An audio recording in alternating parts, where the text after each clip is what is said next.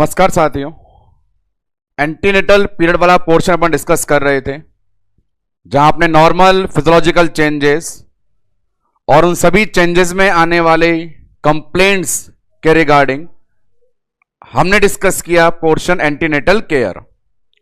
इसी unit antenatal period में आज जिस लेक्चर को लेकर के हमारा डिस्कशन कंटिन्यू रहेगा, सामने बोर्ड पे अवेलेबल है वो हेडिंग हाई रिस्क प्रेगनेंसीज। इसी एंटीनेटल पीरियड में जहां हमने एक तरफ नॉर्मल फिजियोलॉजिकल चेंजेस और उनके अकॉर्डिंग पोर्शन डिस्कस किया, तो अब इसी पीरियड में हमारी रेस्पॉन्सिबिलिटी है कि वो फीमेल जो हाई रिस्क ग्रुप में आती हैं, किसी डिजीज की हिस्ट्री के साथ आती हैं या प्रेजेंट प्रेगनेंसी में कोई एबनॉर्मलिटी कैरी करती हैं, तो उनके लिए टेस्टिंग के रिगार्डिंग क्या प्रोसीजर अवेलेबल है। यहां अपन डिस्कस करेंगे केवल और केवल हाई रिस्क प्रेगनेंसी में किए जाने वाले स्पेशल टेस्टिंग प्रोसीजर का। जनरल टेस्ट जो आपने एएनसी में blood test, urine test discuss किए थे, आज उनसे अपन ऊपर जाएंगे। वो जो टेस्ट होंगे उनकी दो कैटेगरियां हैं हमारे पास। एक नाम होगा अर्ली प्रेगनेंसी टेस्टिंग और एक late pregnancy testing. Early pregnancy और लेट प्रेगनेंसी का डिवीजन किया जाएगा वायबिलिटी के बेस पे। जैसा कि आप सब लोगों को बता दिया गया है, वायबिलिटी स्टार्ट होती है इंटरनेशनल वीक 22 से। तो उससे पहले किसी प्रेग्नेंट फीमेल में किसी स्पेसिफिक डिजीज कंडीशन को डायग्नोस करने के लिए जो टेस्ट बने हुए हैं उनकी हेडिंग रहती है अर्ली प्रेगनेंसी टेस्टिंग। इनमें जितने भी टेस्ट इंक्लूड हैं, दो इंफॉर्मेशन कॉमन रहेंगी। नंबर 1 कि वो सारे टेस्ट परफॉर्म होते हैं 22 वीक से पहले। नंबर 2 नेचर में होते हैं सारे इन्वेसिव। इन्वेसिव का मतलब है बॉडी में निडल इंसर्शन वाला काम किया जाएगा। तो आते हैं सबसे पहले अपन अपनी अर्ली प्रेगनेंसी टेस्टिंग के फॉर्मेट पे regarding those mother who suffer or carry any kind of any abnormality in the pregnancy। Early pregnancy testing में जो पोर्शन अपन डिस्कस करेंगे, सामने बोर्ड पे वो मेंशन है। 5 मेजर इन्वेस्टिगेशंस को यहां पे इंक्लूड किया गया है। जैसा कि आपके सामने बोर्ड पे नाम अवेलेबल है, एमनियोसेंटासिस, MSAFP, triple marker, FBS, CVS। ये सारे वो 5 मेजर टेस्ट होने वाले हैं जो हमारी हेडिंग अर्ली प्रेगनेंसी टेस्टिंग में इंक्लूड किए गए हैं। 1 बाय 1 अपन इन टेस्ट को देखेंगे, क्या इनकी इंपॉर्टेंसी है, क्या सिग्निफिकेंसी है और क्या हमारे पास एग्जामिनेशन के लिए MCQ है। तो बिना वक्त गवाए चलते हैं आगे तुरंत इन 5 को 1 बाय 1 डिस्कस करने के लिए। उस कैटेगरी में सबसे पहले नाम आता है एमनियोसेंटासिस। तो हमारे पास सामने बोर्ड पे हेडिंग अवेलेबल है एमनियोसेंटासिस। एमनियोसेंटासिस को डिटेल में डिस्कस करना शुरू करते हैं। पहली लाइन जो परिभाषा की है, उसी से एग्जामिनर ने इंटरेस्टिंग सवाल बना लिया है। सबसे पहले तो मैं लाइन बता देता हूं परिभाषा की क्या है, फिर बताता हूं किस प्रकार एग्जामिनर ने इंटरेस्टिंग MCQ जनरेट किया। What is amniocentesis? तो हमारे मेडिकल में जहां भी टर्म आती है सेंटासिस, उसका मतलब होता है एस्पिरेशन करना। बॉडी में किसी भी कैविटी से कोई मटेरियल एस्पिरेट करना हो, टर्म आती है सेंटासिस। नाम सुना होगा थोरैकोसेंटासिस, प्लूरल स्पेस से फ्लूइड एस्पिरेट करना। एब्डोमिनल पैरासेंटासिस, पेरिटोनियल कैविटी से फ्लूइड एस्पिरेट करना। तो बड़ा सिंपल, इस बार सामने क्या लिख दिया, एमनियोसेंटासिस, एमनियोटिक कैविटी से एमनियोटिक फ्लूइड को एस्पिरेट करना। तो बस यही simple line. What is amniocentesis? Answer क्या है? It is aspiration of amniotic fluid from amniotic cavity. Line note करता हूं, फिर बताता हूं यहां से MCQ कैसा पूछा गया था। तो अपने पास सामने की तरफ जो लाइन अवेलेबल है वो लिख देता हूं। What is amniocentesis? It is aspiration of amniotic fluid. बस अपने बारे में ये दो ही इतनी छोटी बात बताता है, एस्पिरेशन ऑफ एमनियोटिक फ्लूइड। अब देखें यहां से इंटरेस्टिंग सवाल कैसा बना। वो इस प्रकार बना कि एग्जामिनर ने पूछा व्हाट इज एमनियोसेंटासिस और चार ऑप्शन दिए। It is aspiration of fluid from amniotic cavity. दूसरा option, it is chromosomal analysis of amniotic fluid. Option number third, it is chemical analysis of amniotic fluid. Number four, it is pulmonary maturity testing by amniotic fluid. तो वहां इस सवाल में examiner ने जितने भी चार ऑप्शन दिए हैं वो सारे सही हैं, लेकिन गौर करेंगे तो चार में से तीन इस प्रोसीजर का पर्पस बताते थे और चार में से एक प्रोसीजर क्या है यह बताता था। तो एग्जामिनर ने बड़ा सरल पूछा था कि आप सिर्फ क्या करें, एस्पिरेट कर लें एमनियोटिक फ्लूइड को। आगे बात करें टाइमिंग को लेके, यह काम कब किया जाता है। टाइमिंग के अकॉर्डिंग बात करना चाहूं तो अटेंशन से सुनना। जैसा कि हम लोगों को पता है एमनियोटिक फ्लूइड का फॉर्मेशन 12 वीक से पहले नहीं होता है, 12 वीक के बाद स्टार्ट होता है, यह हमने डिस्कस किया है। तो जो आप टेस्ट करने जा रहे हैं, जिसका टेस्ट करने जा रहे हैं उसका होना जरूरी है। तो डेफिनेटली ये टेस्ट कब किया गया, 12 वीक के बाद। तो 12 वीक के बाद जो वीक की रेंज आई, आइडियल टाइम वो है 14 से 16 वीक। एमनियोसेंटासिस को करने का आइडियल टाइम क्या होता है, 14 से 16 वीक। आइडियल टाइम मैं बोल रहा हूं आपको, एग्जामिनर सिंपल पूछे टाइम क्या है तो भी आंसर 14 से 16। एग्जामिनर फोकस करके सवाल पूछे आइडियल टाइम क्या है तो भी 14 से 16। कई बार क्या होता है, एग्जामिनर लैंग्वेज लाता है अर्ली एमनियोसेंटासिस। अर्ली जो ऐड किया गया उसके बेस पे हम भी बोल देंगे कि आइडियल यदि था 14 से 16 तो अर्ली कब होगा, 14 से पहले। तो आंसर दे दें 12 से 14। तो यहां पर जैसा सामने वाले का सवाल वैसा हमारा जवाब। 3 लाइनें। नंबर 1, आइडियल टाइम 14 से 16, व्हाट इज टाइम 14 से 16, अर्ली टाइम 12 से 14। 2 लाइनों को सामने बोर्ड पे रिप्रेजेंट करता हूं क्योंकि कई बार बड़े सिंपल वे में भी यह क्वेश्चन पूछा गया है। एक लाइन दी गई आपको आइडियल टाइम क्या होता है और एक पूछ लिया आपसे अर्ली एमनियोसेंटासिस कब करते हैं। दोनों में जवाब देना है आपको वीक का, और वीक का जवाब देने के लिए आइडियल के सामने आप लिख सकते हैं 14 से 16 वीक, अर्ली के सामने मेंशन कर दिया 12 से 14 वीक। चलिए अब आगे, टेस्ट को करने का पर्पस क्या है। टेस्ट को करने का पर्पस यह है एमनियोटिक फ्लूइड का एग्जामिनेशन, ताकि आइडेंटिफाई कर पाए किसी भी प्रकार की एबनॉर्मलिटी को। उसके लिए आप सभी को एमनियोटिक फ्लूइड के बारे में इंफॉर्मेशन होनी चाहिए जो मैंने आपको प्रोवाइड करवाई है। एमनियोटिक फ्लूइड में क्या होता है तो कंपोजिशन याद करेंगे तो वहां आपने देखा था मैक्सिमम तो वाटर होता है। बच्चा उसमें यूरिन कर देता है तो यूरिन के कंटेंट होते हैं। बच्चे की सेल उसमें पाई जाती है तो फीटल सेल की क्वालिटी होती है। तो बस उन्हीं का एनालिसिस है। यहां सबसे इंपॉर्टेंट कंटेंट में आपने देखा सेल होती है, तो जहां सेल है वहां फीटस का पूरा क्रोमोसोम पैटर्न है। और यदि आप देख पा रहे हैं क्रोमोसोम पैटर्न तो पता लगा पाएंगे किसी भी प्रकार की क्रोमोसोमल एबनॉर्मलिटी का। फीटल यूरिन था, फीटल सेल थी, वाटर था, मेजर कंटेंट मिला फीटल सेल, सेल के अंदर होते हैं क्रोमोसोम, क्रोमोसोम से पता लगा पाएंगे किसी भी कंजेनाइटल एनोमली या जन्मजात विसंगति का। ना केवल इतना, पल्मोनरी मैच्योरिटी आने के बाद 20-22 वीक होने के बाद यदि एमनियोसेंटासिस किया जाए, एमनियोसेंटासिस का आइडियल टाइम अलग बात है। ऐसा नहीं है कि इस टाइम पे करना है, इस टाइम पे आइडियली करते हैं, आप बाद में भी कर सकते हैं। यदि ये टेस्ट 22 वीक के बाद करते हैं तो आपको एमनियोटिक फ्लूइड में लेसिथिन स्फिंगोमाइलिन भी मिल सकता है, जिससे लंग्स मैच्योरिटी का पता चलेगा।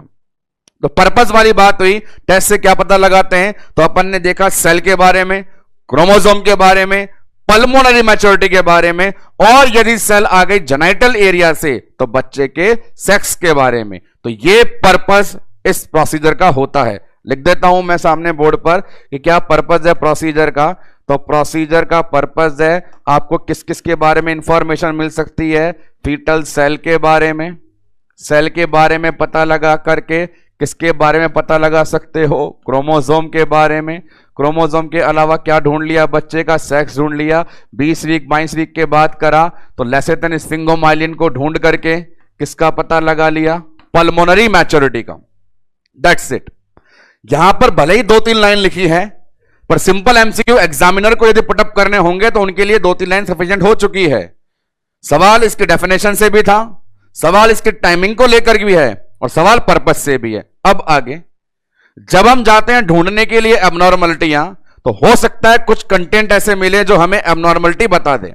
जैसा आपसे मैंने पूछा था, एमनियोटिक फूड के नॉर्मल कंटेंट हमें यदि पता है और उसके अलावा यदि और कोई दिखाई दे रहा है तो वह एबनॉर्मलिटी को इंडिकेट करता था। यहां पर भी बहुत सी ऐसी एबनॉर्मलिटियां मिल सकती है, उनमें से एग्जाम में 2 कंटेंट बहुत ज्यादा पूछे जाते हैं। 2 कंटेंट, वो कंटेंट है एसिटाइल कोलिन एस्टरेस और इनहिबिन प्रोटीन। दोनों मिलने वाली most common abnormal content finding है। एमनियोटिक फ्लूइड में नॉर्मली ये नहीं होने चाहिए, पर ये हैं तभी तो प्रेगनेंसी हाई रिस्क है। वो 2 कंटेंट कौन कौन से, एसिटाइल कोलिन एस्टरेस और इनहिबिन प्रोटीन। एबनॉर्मलिटियां ढूंढने जाते हैं तो मोस्ट कॉमनली इन दोनों को ही पाते हैं। तो ये दोनों कौन कौन है, एक बार बोर्ड पे नाम लिखता हूं। तो हमारे पास कौन कौन आया, एक नाम बोला आपको एसिटाइल कोलिन एस्टरेस, और एक नाम लिख के दिया इनहिबिन प्रोटीन। मिलने वाली 2 मोस्ट कॉमन फाइंडिंग जिनसे उम्मीद है कि बना के लाएंगी एग्जामिनेशन का एमसीक्यू। ये 2 फाइंडिंग हमें ये देखना है, ये दोनों फाइंडिंग किसे इंडिकेट करती है। नंबर 1 पे आ जाओ। एसिटाइल कोलिन एस्टरेस का रिलेशन एसिटाइल कोलिन से है। एसिटाइल कोलिन एक प्रकार का नर्वस सिस्टम में मिलने वाला न्यूरोट्रांसमीटर है।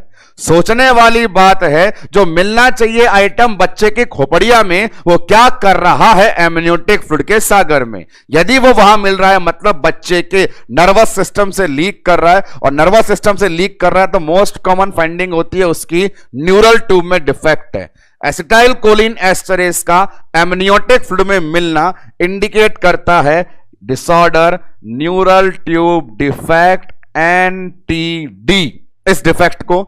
और इनहिबिन प्रोटीन, नाम पे चले जाइए। प्रोटीन जरूरी है शरीर में ताकत के लिए, मजबूती के लिए, पर नाम के आगे सरनेम लग गया इनहिबिन। ऐसा प्रोटीन जो रोक देगा आपकी ग्रोथ को, और ग्रोथ रोक देगा तो बच्चा कैसा हो जाएगा, कम ग्रोथ वाला डाउन सिंड्रोम या कम ग्रोथ वाला IUGR। तो 2 प्रकार के एबनॉर्मलिटी को इंडिकेट करने वाला, ग्रोथ कम हो गई तो डाउन, और बच्चा रिटार्डेड हो गया तो IUGR। तो सामने स्मार्ट बोर्ड पे मेंशन हर एक लाइन बन करके आ रही है MCQ regarding our first testing, the name called as amniocentesis. क्या प्रोसीजर है, aspiration of amniotic fluid. Purpose क्या है, सेल देखो, क्रोमोसोम देखो, सेक्स देखो, पल्मोनरी मैच्योरिटी देखो। मोस्ट कॉमन एबनॉर्मलिटी क्या मिलेगी, हम टेस्ट कर ही क्यों रहे हैं, एबनॉर्मलिटी ढूंढने के लिए। 2 कौन कौन सी, एसिटाइल कोलिन एस्टरेस और इनहिबिन प्रोटीन। ये मिला तो क्या बताएगा, न्यूरल ट्यूब डिफेक्ट, और ये मिला तो क्या बताएगा, डाउन सिंड्रोम और IUGR। टाइमिंग क्या है करने का, सिंपल टाइमिंग पूछे 14 से 16, आइडियल टाइमिंग पूछे 14 से 16, अर्ली पूछे तो 12 से 14। प्रोसीजर, अब इस प्रोसीजर में 2-3 की पॉइंट्स हैं जिन्हें अपन इंक्लूड करेंगे। पहले इसका देख लेते हैं डायग्रामेटिक प्रेजेंटेशन, एमनियोसेंटासिस। तो एमनियोसेंटासिस में क्या किया गया वो यहां देखें, सामने बड़ा पिक्चर अवेलेबल है। क्या कर रहे हैं, अल्ट्रासाउंड ट्रांसड्यूसर है जिसकी मदद से विजुअलाइज हो रहा है कि हम कहां जाने वाले हैं। पेल्विक कैविटी में, यूटेराइन कैविटी में फीटस को बता दिया, और ये जो निडल है, सिरिंज है, इसमें आप देखेंगे इसकी निडल जा रही है फ्लूइड के पास। उस सिरिंज ने बिल्कुल भी टच नहीं किया फीटस को, अम्लाइकल कोड को, सिर्फ एस्पिरेट किया एमनियोटिक फ्लूइड। ये इसको बताने वाला प्रोसीजर यहीं पर मेंशन करते हैं अपन एक दो पॉइंट। वो क्या क्या है कि इस सिरिंज का आइडियल गैज कितना होता है। गॉज की जो बात करते हैं, निडल में गैज बढ़ता है तो सुई पतली होती है, गैज कम होता है सुई मोटी होती है। एमनियोसेंटेसिस के लिए जो आइडियल साइज यूज किया जाता है 18 गैज का होता है। निडल की जो लंबाई होती है वो 4 इंच तक रखी जाती है। टेस्टिंग पर्पस के लिए जितना फ्लूइड निकाल के लाते हैं वो 30 ml होता है। और अपना जो यूरिनरी ब्लैडर है उसे रखते हैं अपन एम्प्टी। तो ये अपने पास प्रोसीजर को लेकर के 4 इंफॉर्मेशन, सुई की मोटाई, लंबाई, सैंपल का अमाउंट और pre instruction for pregnant mother. So this one is the complete information regarding our first procedure amniocentesis. बात करें 5, अपन को पूरे खत्म करने अगले वाले पे। अगले का नाम सामने बोर्ड पर मेंशन MSAFP। कुछ ना करें, सबसे पहले इसका पूरा नाम बोल के इसकी फुल फॉर्म लिख दें, मैटरनल सीरम। हाँ, आगे मत बढ़ो, रुक रुक के सुनो।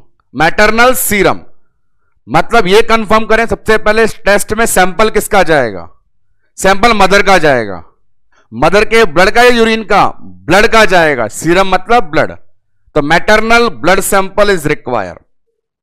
अब आगे मदर का ब्लड लिया, उस ब्लड में ढूंढना क्या चाहते हो, तो नाम है AFP, alpha feto protein. Protein है, वो प्रोटीन किसका है? फीटस का है। फीटस के प्रोटीन को मां के खून में ढूंढने जा रहे हैं बच्चे के प्रोटीन को। बच्चे का प्रोटीन या कोई भी प्रोटीन बना होता है अमीनो एसिड से। अमीनो एसिड पाया जाता है बहुत सारी चेन में, alpha chain, beta chain, gamma chain, delta chain. उसमें जो बात चल रही है अल्फा चेन की। तो कुल मिला के पहले यह समझ में आए यह प्रोसीजर करना क्या चाहता है। इसकी पूरी एक स्टोरी है, आप मुझसे सुन भी लें। वो स्टोरी हालांकि पूरी एग्जाम में नहीं आती है, MSAFP की हाई और लो वैल्यू ही पूछी जाती है, पर इसमें 1 by 1 सिस्टमैटिकली सुनिए क्या क्या बताना चाह रहे हैं। जैसा क्लियर कर दिया गया, मां के ब्लड के सैंपल में बच्चे का प्रोटीन ढूंढना, तो इतनी बात पहले मैं बोर्ड पे मेंशन करता हूं। What is MSAFP? अपन जाए फुल फॉर्म वाइज तो लिखते हैं it is maternal serum alpha feto protein. Maternal serum alpha feto protein, यह अपन ने फुल फॉर्म लिखी इस टेस्टिंग की। टेस्टिंग का टाइमिंग भी बोर्ड पे मैं मेंशन करना चाहूं तो वो टाइमिंग भी सामने लिख देता हूं। लगभग टाइमिंग है परफॉर्म करने का 15 से 18 वीक। अब सुने इसके बारे में डिटेल। मदर का ब्लड सैंपल चाहिए, बच्चे का प्रोटीन उसमें ढूंढना है। टाइमिंग आइडियल बता दी 15 से 18। अब क्या राम कहानी है, बड़े ध्यान से सुनना। ये जो प्रोटीन है फीटस खुद प्रोड्यूस करता है और फीटस में उसका योक सैक और लीवर बनाने में इसे मदद करता है। फीटल लीवर और फीटल योक सैक इस प्रोटीन को बनाते हैं। इसलिए बनाते हैं ताकि बच्चे के काम आए, ग्रोथ एंड डेवलपमेंट हो। स्टार्ट होता है ये बनना लगभग 13 वीक गेस्टेशन से, 13 वीक की प्रेगनेंसी से, और काफी बनता रहता है, बच्चे को लगता रहता है, ग्रोथ करवाता रहता है। मैक्सिमम लेवल देखा जाता है इसका 32 वीक तक। ये इसकी नॉर्मल जर्नी। कहां से बनता है, कब शुरू होता है, कब मैक्सिमम होता है। योक सैक लीवर से बनता है, 13 वीक पे शुरू होता है, 32 पे मैक्सिमम होता है। ये इसकी नॉर्मल लाइफ। यहां आप देखेंगे एग्जाम में पूछी जाती है कि यदि इसकी वैल्यू हाई मिले मदर के ब्लड में तो क्या इंडिकेट करेगा, लो मिले मदर के ब्लड में तो क्या इंडिकेट करेगा। दिमाग में डाउट चल रहा हो कि बच्चे का माल मां के खून में कैसे पहुंचा, तो बड़ा सिंपल आंसर है प्लासेंटल सर्कुलेशन से। प्लासेंटल सर्कुलेशन के द्वारा जिस प्रकार कंटेंट का एक्सचेंज किया जाता है, मैटरनल कंटेंट का फीटस में, फीटल कंटेंट का मदर में, तो उस जरिए ये मां में पहुंच सकता है। तो मां में मिलना कोई खतरे की बात नहीं है, पर ज्यादा मिले तो अलग चीज इंडिकेट करती है, कम मिले तो अलग चीज। कब कब इंडिकेट होता है, यही है मुझे सामने आपको बताना। पहले इसकी नॉर्मल लाइफ देखें और फिर इसके एबनॉर्मल रिजल्ट सुने। नॉर्मल लाइफ क्या बोली, प्रोड्यूस कहां से होता है, तो अपन लिख सकते हैं produce by yolk sac and liver, और उसमें भी दो आंसर दे दें, स्टार्ट 13 वीक पे, मैक्सिमम 32 वीक पे। ये इसकी दो इंफॉर्मेशन यहां से बनना शुरू होता है। 13 वीक पे अपन बोल सकते हैं स्टार्ट होता है और 32 वीक पे मैक्सिमम होता है। लेकिन जैसा मैं कह रहा हूं, एग्जामिनर आपसे सिर्फ दो ही बातें पूछना चाहेगा कि यदि इसकी वैल्यू हाई आती है और यदि इसकी वैल्यू लो आती है तो वो क्या इंडिकेट करता है। तो देखें, यहां अपन बना दें कि वैल्यू हाई और वैल्यू लो।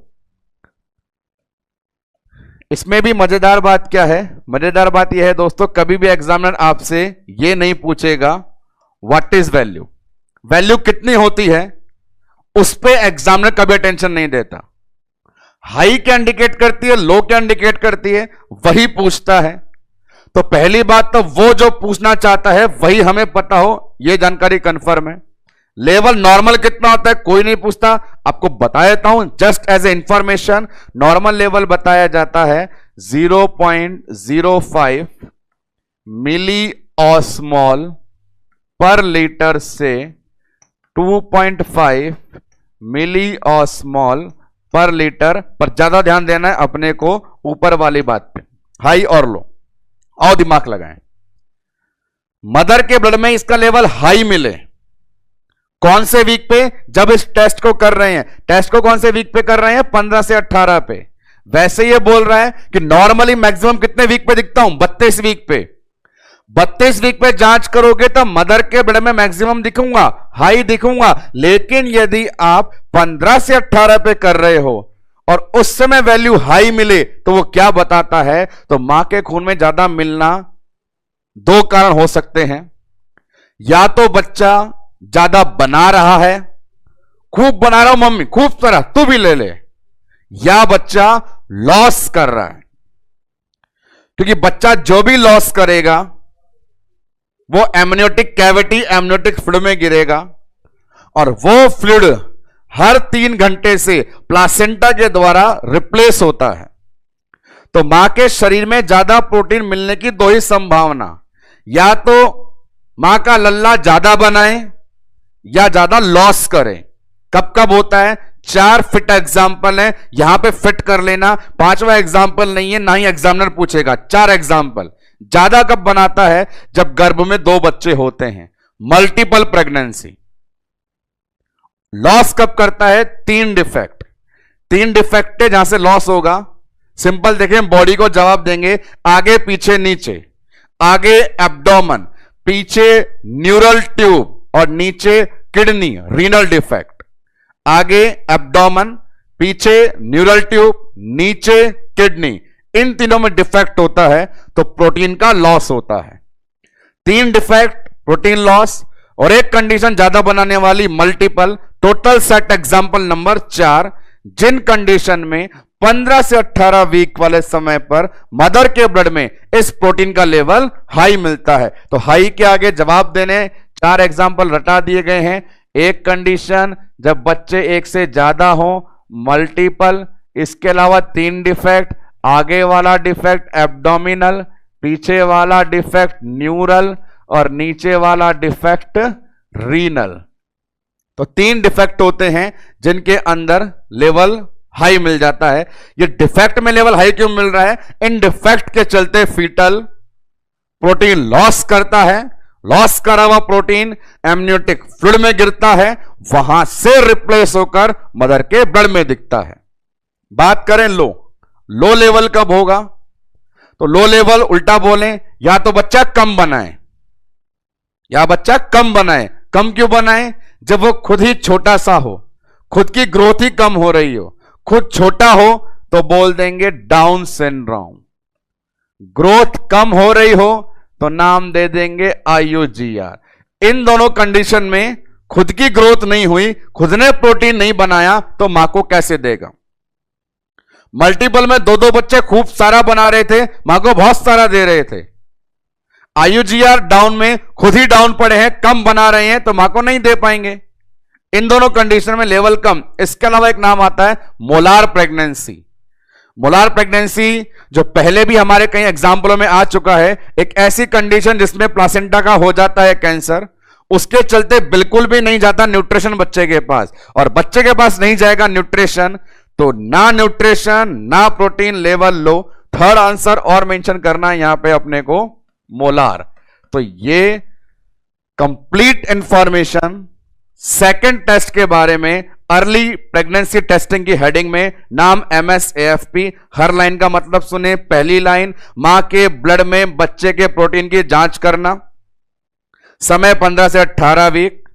प्रोटीन की कहानी है, बनाता बच्चा है, शुरू 13 वीक पे करता है, मैक्सिमम 32 वीक पे होता है, पर आप जांच 15 से 18 पे कर रहे हो। हाई और लो से ही सवाल बनते हैं, हाई वैल्यू कब आती है, लो कब आती है। हाई के लिए बताया या तो बच्चा ज्यादा बनाए या लॉस करे, लो के लिए बताया जब बच्चे खुद की ग्रोथ कम हो जाए। सेट एग्जाम्पल है, फैक्ट एग्जाम्पल है, यही एग्जाम में एमसीक्यू के तौर पे आते हैं। Second testing. थर्ड टेस्टिंग की तरफ फॉरवर्ड करें अपन, तो अगला टेस्ट सामने बोर्ड पे क्या लिखा हुआ है, ट्रिपल मार्कर। ट्रिपल मार्कर, इसे ट्रिपल टेस्ट भी बोलते हैं। ट्रिपल मार्कर को ट्रिपल टेस्ट भी बोलते हैं। जैसा नाम लिखा हुआ है यहां पे ट्रिपल 3 जने आएंगे। 3 कौन कौन से आएंगे, उनके नाम सुने हुए हैं, बड़े फेमस हैं। एक नाम अभी जस्ट जो पढ़ा, MSAFP। एक पुराना वाला नाम HCG, और एक नाम एस्ट्रोजन हार्मोन। उस एस्ट्रोजन हार्मोन में उसके डेरिवेटिव को देखते हैं, अनकॉन्जुगेटेड एस्ट्रियोल। पहले बोर्ड पे लिखता हूं, फिर दोबारा मीनिंग एक्सप्लोर करूंगा। ट्रिपल मार्कर ट्रिपल टेस्ट है। ट्रिपल में 3 जने आते हैं, और 3 जनों में एक अपने पास MSAFP है, एक अपने पास अपना पुराना HCG है, और एक हमारे पास UE3 है। इस UE3 को देख के घबराना नहीं है, ये अपने पास बताना चाहता है किसको, अनकॉन्जुगेटेड एस्ट्रियोल को। और ये अनकॉन्जुगेटेड एस्ट्रियोल कोई पाकिस्तानी नहीं है, ये बड़ा सिंपल सा हमारा एस्ट्रोजन है। तो अब इसके बारे में करते हैं और बात करनी है सिंपल सी। सैंपल किसका लोगे और टाइम क्या होगा? तो देखिए MSAFP के लिए सैंपल किसका गया था, मदर के ब्लड का। HCG ब्लड में भी मिलता है, यूरिन में भी मिलता है, तो जब ब्लड का सैंपल ले रहे हैं उसी में ढूंढ लेना। एस्ट्रोजन, एस्ट्रोजन हार्मोन है, और हार्मोन कहां मिलते हैं, ब्लड में, तो बड़ी कॉमन सी बात। 1 2 3 तीनों में सैंपल किसका चाहिए, ब्लड का। तो 3 बार निकालने मत चले जाना, एक बार निकाल करके ही तीनों का पता लगा लेना। तो यहां भी सैंपल मदर के ब्लड का चाहिए, और ज्यादा परेशान नहीं होना पड़ेगा। इस जांच का समय भी है 15 से 18 वीक। तो ट्रिपल मार्कर और ट्रिपल टेस्ट में अपन लिख सकते हैं टाइमिंग के बेस पे 15 से 18 वीक, और सैंपल किसका चाहिए, मैटरनल ब्लड का। किसका सैंपल चाहिए, कब टेस्ट करते हैं, टेस्ट में ट्रिपल में 3 जने कौन कौन हैं, ये बेसिक इंफॉर्मेशन लेने के बाद इससे बनने वाले सिर्फ एक MCQ को सुनने के लिए हो जाइए तरह। सिर्फ एक MCQ क्या है वो, ट्रिपल टेस्ट क्यों करते हैं। एमनियोसेंटासिस में देखा उसके पर्पस अलग थे, MSAFP में देखा उसकी हाई वैल्यू लो वैल्यू से सवाल थे। जो बात मैं चिल्ला के बता देता हूं तो समझ जाए कीजिए, वहां पे एग्जामिनर फोकस करता है। ट्रिपल मार्कर या ट्रिपल टेस्ट से एक ही सवाल बनता है, ये क्यों करते हैं, एक लाइन में आंसर देना है, to diagnose Down syndrome. Triple test is perform और done to diagnose Down syndrome. उसे देखने के लिए ट्रिपल टेस्ट किया जाता है। ये ट्रिपल टेस्ट का मेन पर्पस है। और अब आपसे एग्जामिनर पूछेगा डाउन सिंड्रोम में इन तीनों की वैल्यू पे क्या फर्क पड़ता है। तो गौर करके देखेंगे डाउन सिंड्रोम में। अभी आपने देखा MSAFP हाई वैल्यू या लो वैल्यू। डाउन सिंड्रोम कमजोर बच्चा, कम प्रोटीन, मां को भी कम मिला तो लो लेवल। तो डाउन सिंड्रोम में MSAFP का लेवल क्या होता है? लो। बात नंबर 2, ये लास्ट वाला हार्मोन है। और यदि डाउन सिंड्रोम है मतलब प्रेगनेंसी नॉर्मल नहीं है, वो ओवर है कि डाउन है, डाउन चल रही है, बच्चे की ग्रोथ कम है मतलब प्लासेंटल फंक्शन भी कम है। प्लासेंटल फंक्शन अप्रोप्रिएट होते तो बच्चे की ग्रोथ अच्छी होती।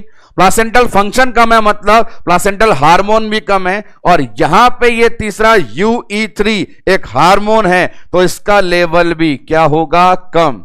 एग्जामिनर सीधा सवाल पूछता है ट्रिपल टेस्ट क्यों करते हैं और डाउन सिंड्रोम में इन तीनों की वैल्यू क्या होती है। डाउन सिंड्रोम में MSAFP कम है, हमने अभी पढ़ा है। डाउन सिंड्रोम के चलते एस्ट्रोजन भी कम होगा, हमें बता दिया है। और ये अब आ गया तीसरा SCG। SCG का लॉजिक सुने। SCG हार्मोन क्या होता था?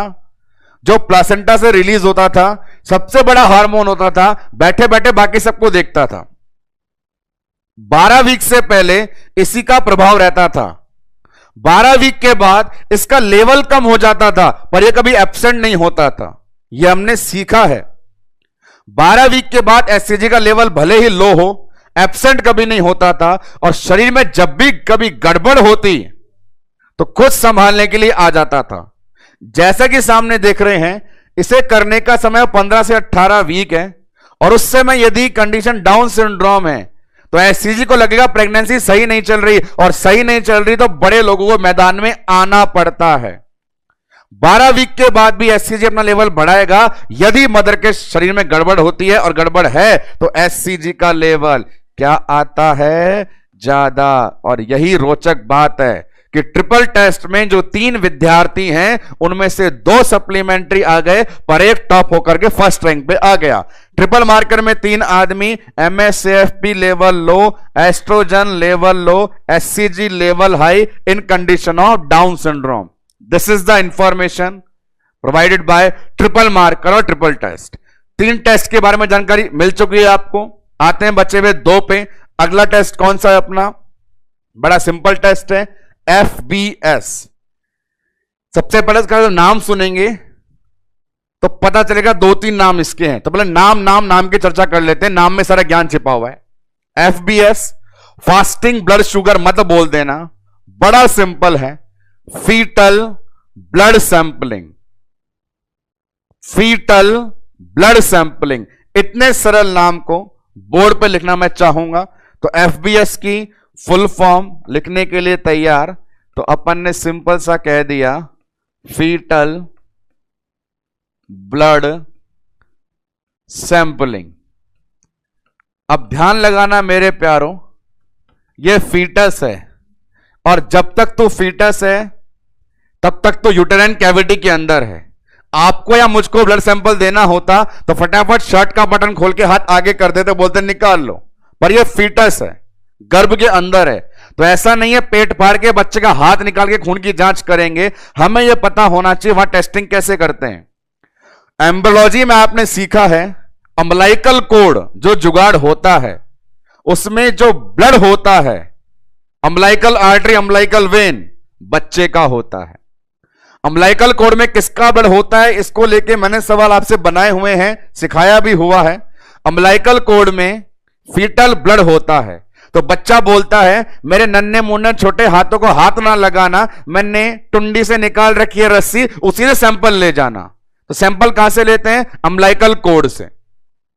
अम्बलाइकल कोड में आर्टरी भी है और वेन भी है, तो हर बार की तरह कम प्रेशर के चलते सैंपल वेन से ही लेना होता है। क्योंकि अम्बलाइकल कोड से ब्लड ले रहे हैं, अम्बलाइकल कोड से ब्लड ले रहे हैं, तो नाम कोर्डोसेंटासिस। फीटल ब्लड सैंपलिंग को ही एक नाम और दे सकते हैं कोर्डोसेंटासिस, जहां पे एग्जामिनर अम्बलाइकल कोड से सैंपल लेगा और अम्बलाइकल कोड में भी सैंपल लेगा लो प्रेशर एरिया से, जो होता है वेन का, अम्बलाइकल वेन से।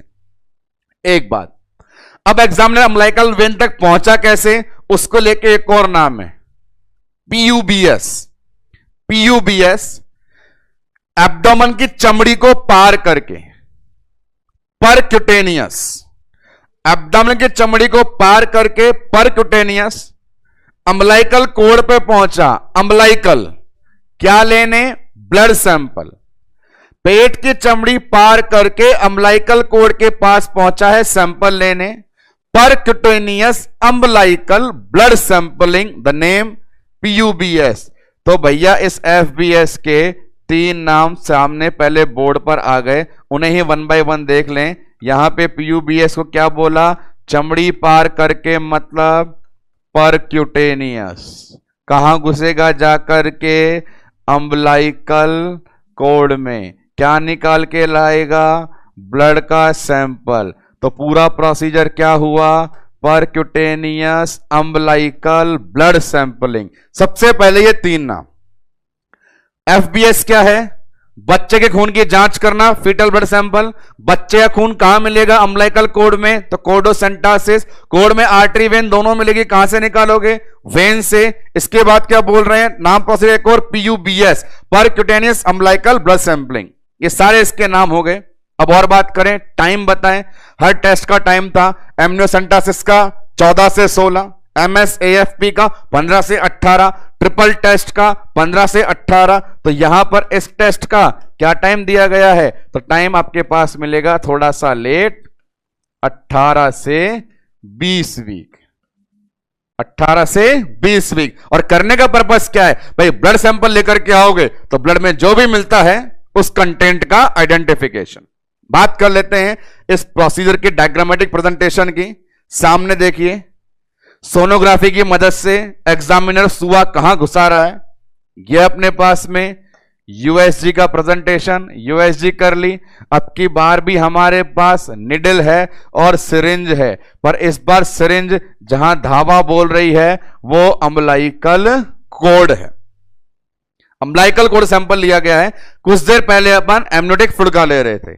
यहां पर भी बताना चाहें आपको कि यहां पे जो निडल का साइज और गैज है उसके हिसाब से, तो यहां अब की बार गैज 25 है, एमनियोसेंटासिस में 18 था, यहां पे 25 है, क्योंकि माइनर अम्बलाइकल वेन को प्रिक करना है। वहां सैंपल का अमाउंट 30 ml था, यहां सैंपल का अमाउंट ओनली 0.5 ml है, क्योंकि वहां पे सिर्फ पानी था, यहां पे ब्लड की बात चल रही है तो अमाउंट रिड्यूस है। तो साइज गैज में, अमाउंट ml में, प्रोसीजर बच्चे के खून की जांच। 4 जांच की समाप्ति के बाद आते हैं अर्ली प्रेगनेंसी टेस्टिंग की लास्ट इन्वेस्टिगेशन को परफॉर्म करने। वो अपने पास कौन होगा, सामने बोर्ड पर देखें, CVS, कार्डियोवैस्कुलर सिस्टम नहीं है प्यारो। ये क्या है तो लिख देता हूं पहले बोर्ड पे, अपने आप समझ में आ जाएगा मीनिंग। ये है अपने पास कोरियोनिक विलाई सैंपलिंग। और शायद इतना बोलना मेरा आपका ये पर्पस क्लियर कर देगा। कोरियोनिक विलाई सैंपलिंग, एम्ब्रियोलॉजी में कोरियोन नाम सुना है और विलाई भी नाम सुना है। Chorionic villi portion of placenta, उसका सैंपल लेके आना है। उसका सैंपल लेके आएंगे तो प्लेसेंटल एनाटॉमी का तो पता चलेगा ही, और किसी भी प्रकार की क्रोमोसोमल और कंजेनाइटल एबनॉर्मलिटी का पता भी लगा सकते हैं, क्योंकि प्लासेंटा एम्ब्रियोलॉजी में बनने वाली एक बेसिक स्ट्रक्चर है। यदि वो सही है मतलब एम्ब्रियोलॉजी सही है, मतलब बच्चे का पैटर्न सही है, और वही गड़बड़ है तो बच्चे में एबनॉर्मलिटी के चांस हो सकते हैं। यह प्रोसीजर परफॉर्म किया जाना चाहिए कंप्लीट प्लासेंटा डेवलपमेंट के पहले, क्योंकि जब पूरा बन जाएगा उसके बाद जाके डैमेज करेंगे तो रिस्की हो सकता है। तो जैसा कि पता है हमें प्लासेंटा डेवलपमेंट कंप्लीट होता है 12 वीक पे, तो टेस्ट जस्ट उससे पहले करते हैं 10 से 12 वीक। कब करते हैं और क्या पर्पस है, इन 2 लाइनों को सामने बोर्ड पे लिखते हैं। पर्पस क्या, प्लासेंटल एनाटॉमी और क्रोमोसोमल एबनॉर्मलिटी पता करना। टाइम क्या है? 10 से 12 वीक।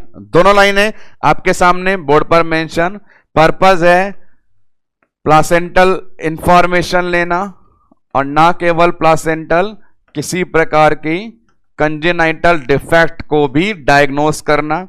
टाइम बता दिया गया 10 से 12 वीक। ये अपने पास इसके लिए इंफॉर्मेशन। जांच किसकी करनी है? कोरियोनिक विलय की। यहां इंपॉर्टेंट है कुछ नर्सिंग रेस्पॉन्सिबिलिटीज, जिसको लेके मैं बात कर लेता हूं। 1 बाय 1 सुनना आप लोग। नंबर 1, फर्स्ट थिंग ये है कि ये जो प्रोसीजर है बाकी सबसे कंपेयर करें। एमनियोसेंटासिस फ्लूइड का एस्पिरेशन था 14 से 16 वीक में, कम रिस्क। MSAFP मदर का ब्लड सैंपल था, नो रिस्क। ट्रिपल टेस्ट फिर मदर का ब्लड सैंपल था, नो रिस्क। कोर्डोसेंटासिस 18 से 20 वीक था तो रिस्क कम। ये CVS की बात करें तो ये 10 से 12 वीक बहुत पहले परफॉर्म कर रहे हैं। तो उस समय जब स्ट्रक्चर काफी स्मॉल और डेलिकेट्स हैं तो रिस्क के चांस ज्यादा हैं। उसे ध्यान रखते हुए नर्सिंग रेस्पॉन्सिबिलिटी में हमारे पास आता है हमेशा टेकन लिया जाने वाला कंसेंट फॉर्म। तो यहां पर रेस्पॉन्सिबिलिटी में कंसेंट फॉर्म कंपलसरी है। नेक्स्ट वन और बात करें कंसेंट फॉर्म के अलावा और क्या रेस्पॉन्सिबिलिटी, बात करें ब्लैडर को लेकर के। जैसा बताया जाता है कि फर्स्ट ट्राइमेस्टर शुरुआत के दिनों में प्रेगनेंसी के स्ट्रक्चर का आकार कम होता है, तो इजी विजुअलाइजेशन के लिए ब्लैडर को क्या कहा जाता है? भरने के लिए। ब्लैडर भरने के लिए कहा जाता है ताकि ब्लैडर डिस्टेंशन से प्रेगनेंसी स्ट्रक्चर एलिवेट हो और इजीली विजुअलाइज हो।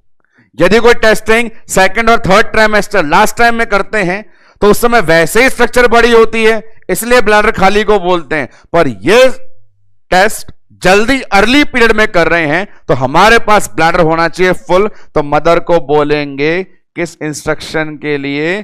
Full bladder. और जब हम 5वें टेस्ट लास्ट टेस्ट पे आ गए हैं तो प्रीवियस ऑल को एक बार रिकॉल किया जाए तो किसी में भी इतना डीप अपन ना गए थे जहां मां और बच्चे में क्रॉस ब्लड जाने की संभावना हो। CVS में आप प्लासेंटा का सैंपल निकाल के आ रहे हैं, ऐसी स्ट्रक्चर का जो मैटरनल और फीटल दोनों ब्लड के कॉमन एरिया होते हैं। प्लासेंटा मदर से भी कनेक्ट है, प्लासेंटा बच्चे से भी कनेक्ट है, प्लासेंटा एक मीडिएटर है। वहां पे आप जाके प्रोसीजर कर रहे हैं तो गलती से भी यदि माइनर इंजरी होती है तो ब्लड वेसल रप्चर होने से ब्लड मिक्सिंग हो सकती है और ब्लड मिक्सिंग होने से कोएगुलोपैथी हो सकती है। ये रिस्क होता है। तो पॉसिबल रिस्क ऑफ CBS, तो आंसर देंगे कोएगुलोपैथी। कौन से प्रकार की? RH और ABO। और इस इंफॉर्मेशन के साथ ना केवल आपका CVS, यहां पे अपन कह सकते हैं पूरे होते हैं हमारे अर्ली प्रेगनेंसी टेस्टिंग के सारे प्रोसीजर। जहां आज के लेक्चर की शुरुआत अपन लोग कर रहे थे हाई रिस्क प्रेगनेंसी से, डिसाइड किया डिस्कस करेंगे अर्ली प्रेगनेंसी टेस्टिंग। नंबर थे उनके 5। एमनियोसेंटासिस सबसे पहले पढ़ाया गया, इसका मीनिंग, पर्पस, टाइमिंग, मिलने वाली अबनॉर्मल फाइंडिंग। डायग्रामेटिक प्रेजेंटेशन में देखा गया निडल का साइज, लंबाई, अमाउंट, इंस्ट्रक्शन। आगे बात करी गई अपने पास MSAFP को लेकर के, वैल्यू बताई गई, हाई वैल्यू, लो वैल्यू, वहीं से सवाल बनते हैं। इसके बाद बात करें ट्रिपल टेस्ट की, सबसे मेजर क्वेश्चन क्यों करते हैं? आंसर डाउन सिंड्रोम देना था। बात करें आगे जाकर के FBS की, फीटल ब्लड सैंपल था, डेलिकेट था 18 से 20 वीक वाला। और उसके बाद लास्ट में बात करी अपन ने CVS की। तो ये सब अपने पास सारे के सारे अर्ली प्रेगनेंसी टेस्ट होते हैं। अर्ली शब्द का मतलब फिर रिकॉल करवाऊं, वायाबिलिटी से पहले करने वाले होते हैं। सबके अंदर सुइयां घुस रही थी तो इन्वेजिव नेचर के होते हैं। ये अर्ली प्रेगनेंसी टेस्टिंग को दी गई इंफॉर्मेशन। अब हमारे पास जो एक और सेगमेंट आएगा हाई रिस्क प्रेगनेंसी का, वो लेट प्रेगनेंसी टेस्टिंग को एक्सप्लेन करता है। लेट प्रेगनेंसी में जितने भी टेस्ट इंक्लूड किए गए हैं वो सब या उनमें से जो बहुत इंपॉर्टेंट है वो एक कॉन्सेप्ट पे बेस होते हैं, उन्हें पढ़ने से पहले हमें कुछ और पढ़ना पड़ेगा। कुल मिलाकर के मेरे बोलने का पर्पस पूरा सुने। अर्ली प्रेगनेंसी टेस्टिंग के 5 पांडव का खात्मा तो आपने कर दिया, पर लेट प्रेगनेंसी टेस्टिंग पढ़ने से पहले एक टॉपिक पढ़ना होता है जिससे मैं सामने डील करना शुरू कर रहा हूं। वो चीज क्या है? लेट प्रेगनेंसी टेस्टिंग से पहले आने वाली, नाम है उसका फीटल मॉनिटरिंग। फीटल मॉनिटरिंग वाला जो इवेंट है वो पहले डिस्कस होगा, उसके बाद चलेगी बात लेट प्रेगनेंसी टेस्टिंग की। फीटल मॉनिटरिंग कई प्रकार से होती है, कभी अर्ली कभी लेट। आपको बताऊं बात, ये अपने पास कोडोसेंटासिस था, ये फीटल मॉनिटरिंग। फीटल मॉनिटरिंग के लिए बता रखा है पैरामीटर, ये बाहर की तरफ ईसीजी की तरह रिकॉर्ड होके आने वाला एक ऑसिलोस्कोप है। ये जो ट्रांसड्यूसर है वेजाइनली लगा रखा है बच्चे के स्कैल्प पे। बच्चे के स्कैल्प पे असेसमेंट होता है आर्टरी का, जिस आर्टरी का नाम है MCA, मिड सेरिबेलर आर्टरी। क्योंकि मॉनिटरिंग का मतलब होता है हार्ट रेट का पता लगाना, पल्स रेट का पता लगाना, और पल्स हमेशा नोट की जाती है आर्टरी से। और एक फीटस की पल्स इजीली आइडेंटिफाई कर सकते हैं आप कहां से? उसके हेड से। हार्ट साउंड की लोकेशन भले ही चेस्ट में या बैक में हो, पर पल्स के लिए आपको आर्टरी चाहिए होती है, और most common artery use for monitoring is MCA, full form mid cerebellar artery. तो देखिए मिड सेरिबेलर आर्टरी है तो उसके लिए स्कैल्प पे ट्रांसड्यूसर लगा रखा है और मॉनिटर कर रहे हैं। कुल मिलाकर के अपने पास जो हेडिंग होने वाली है सामने बोर्ड पर मेंशन है फीटल मॉनिटरिंग। फीटल मॉनिटरिंग क्या चीज है, क्या कंसेप्ट है? बहुत इंपॉर्टेंट, बहुत इंटरेस्ट, बहुत सारी इंफॉर्मेशन देने वाला है। तो वापस से अपने माइंड में कंप्लीट एनर्जी डोज को हाई करके इस सेगमेंट को सुनना शुरू करें। आज के लेक्चर का एक पखवाड़ा पूरा होता है अर्ली प्रेगनेंसी टेस्टिंग का, और दूसरा इंपॉर्टेंट शुरू होता है इस नाम के साथ, हेडिंग फीटल मॉनिटरिंग। एक एक लाइन को कंसंट्रेशन से सुने। नंबर 1, फीटल मॉनिटरिंग का मतलब है फीटल हार्ट रेट इवेल्युएट करना। फीटल मॉनिटरिंग का मतलब क्या है? फीटल हार्ट रेट इवेल्युएट करना। हार्ट रेट को लेके 2 बातें, नॉर्मल हार्ट रेट कितनी होती है, बेसलाइन हार्ट रेट कितनी होती है। नॉर्मल हार्ट रेट 120 टू 160, 120 से 160 बीट पर मिनट। बेसलाइन हार्ट रेट कितनी होती है? 140 बीट पर मिनट। 3 लाइन है। फीटल मॉनिटरिंग का मतलब किसे मॉनिटर करना? Fetal heart rate. नॉर्मल कितनी? 120 से 160, बेसलाइन कितनी? 140। 3 लाइनें सामने बोर्ड पे, बैक टू बैक 3 लाइनों का प्रदर्शन। नंबर 1, फीटल मॉनिटरिंग मतलब monitoring of foetal heart rate. Normal heart rate कितनी? जवाब दे दीजिए। नॉर्मल के आगे 140 से 160 बीट पर मिनट। इस बेस पे एक और नाम दे दीजिए बेस लाइन, और बेस लाइन में आंसर दे दीजिए 140 बीट पर मिनट। ये 3 लाइन इनिशियल की जो मैंने बताई। अब इसके बाद मॉनिटरिंग करते कब कब है? तो मॉनिटरिंग के 2 इंपॉर्टेंट टाइम है। एक, पूरी प्रेगनेंसी 9 महीने आपके पास है, कभी भी मॉनिटर कर लो। 9 मंथ तक वायबल फीटस, वायबल प्रेगनेंसी आपके पास अवेलेबल है, मॉनिटरिंग कर लीजिए। दूसरी मॉनिटरिंग चलती है बड़ी इंपॉर्टेंट, जब लेबर चल रहा होता है। लेबर की 4 स्टेज होती है, दूसरी में बच्चा पैदा होता है। तो जब तक बच्चा नहीं निकल जाता तब तक भी उसमें हार्ट रेट मॉनिटरिंग करते रहते हैं। तो मॉनिटरिंग कब कब कर सकते हैं? तो 2 टाइम होते हैं, और वो 2 टाइम बोलना चाहें तो अपने पास नाम दे सकते हैं। एक आप कर सकते हैं प्रेगनेंसी में, इसे बोलते हैं एंटीपार्टम मॉनिटरिंग। एक करते हैं आप लेबर में, इसे बोलते हैं इंट्रापार्टम मॉनिटरिंग। मॉनिटरिंग कब कब करते हैं? 2 बार, लेबर में और प्रेगनेंसी में। डायरेक्ट एमसीक्यू है इन 3 लाइनों से भी, और अब आने वाले इस वाले सेगमेंट से भी। बिल्कुल विश्वास कीजिए, सरल परीक्षाओं में सरल सवाल के तौर पे पूछा गया है कि मॉनिटरिंग का मतलब ही क्या है। जवाब हार्ट रेट, नॉर्मल भी पूछी गई है, बेसलाइन भी पूछी गई है। अब बात करते हैं लेबर में। सवाल क्या बनता है? सवाल बनता है लेबर में मॉनिटरिंग जो करनी है 4 स्टेज में नहीं करनी है, दूसरी में तो बच्चा भारी आ जाएगा, 2 तक ही करनी है। फ्रीक्वेंसी क्या होगी, कितनी कितनी देर से, 3 लाइनें। फर्स्ट स्टेज जब चल रही है तो ज्यादा चेंजेस नहीं आते, तो मॉनिटरिंग करनी है हर आधे घंटे से, 30 मिनट से।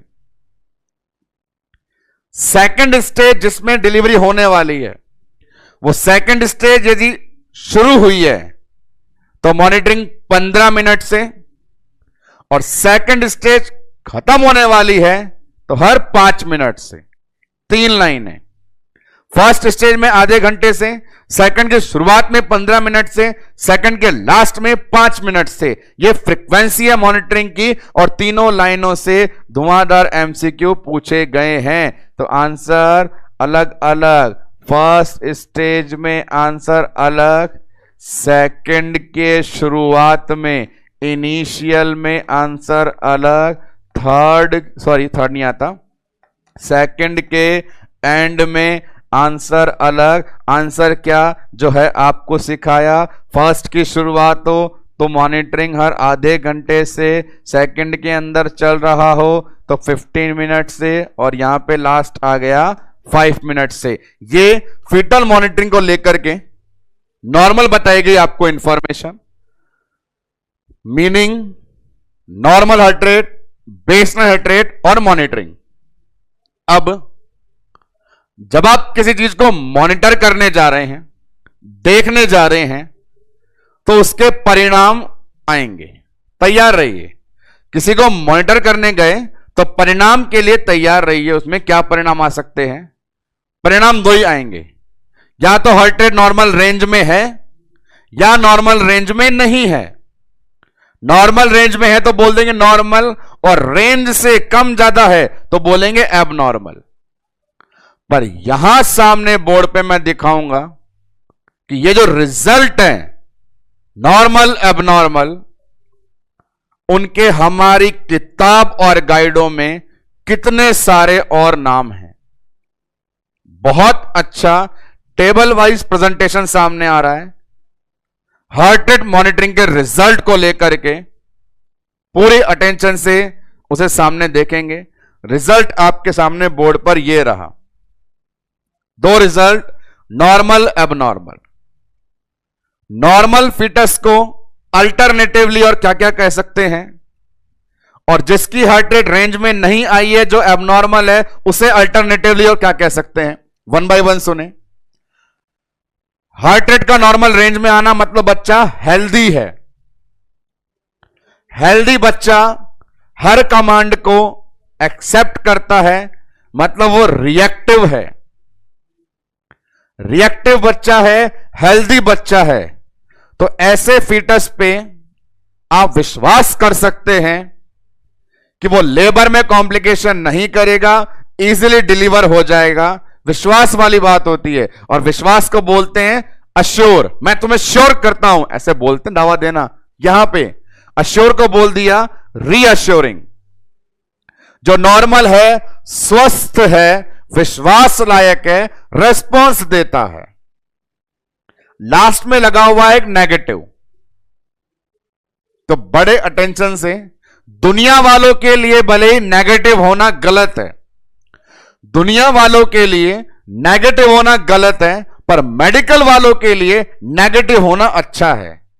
क्योंकि हमारे मेडिकल में जितने भी टेस्ट होते हैं, उनकी रिपोर्ट नेगेटिव आती है तभी शांति मिलती है, पॉजिटिव आने पे डर होता है। एग्जाम्पल, HIV कैसा आना चाहिए, पॉजिटिव या नेगेटिव, वो वाली बातें। HIV ले लो, positive, malaria positive, tubercular positive. तो यदि ये टेस्ट पॉजिटिव आते हैं तो बीमारी है, आने क्या चाहिए, नेगेटिव। तो टेस्ट नेगेटिव आना भी बताएगा नॉर्मल है।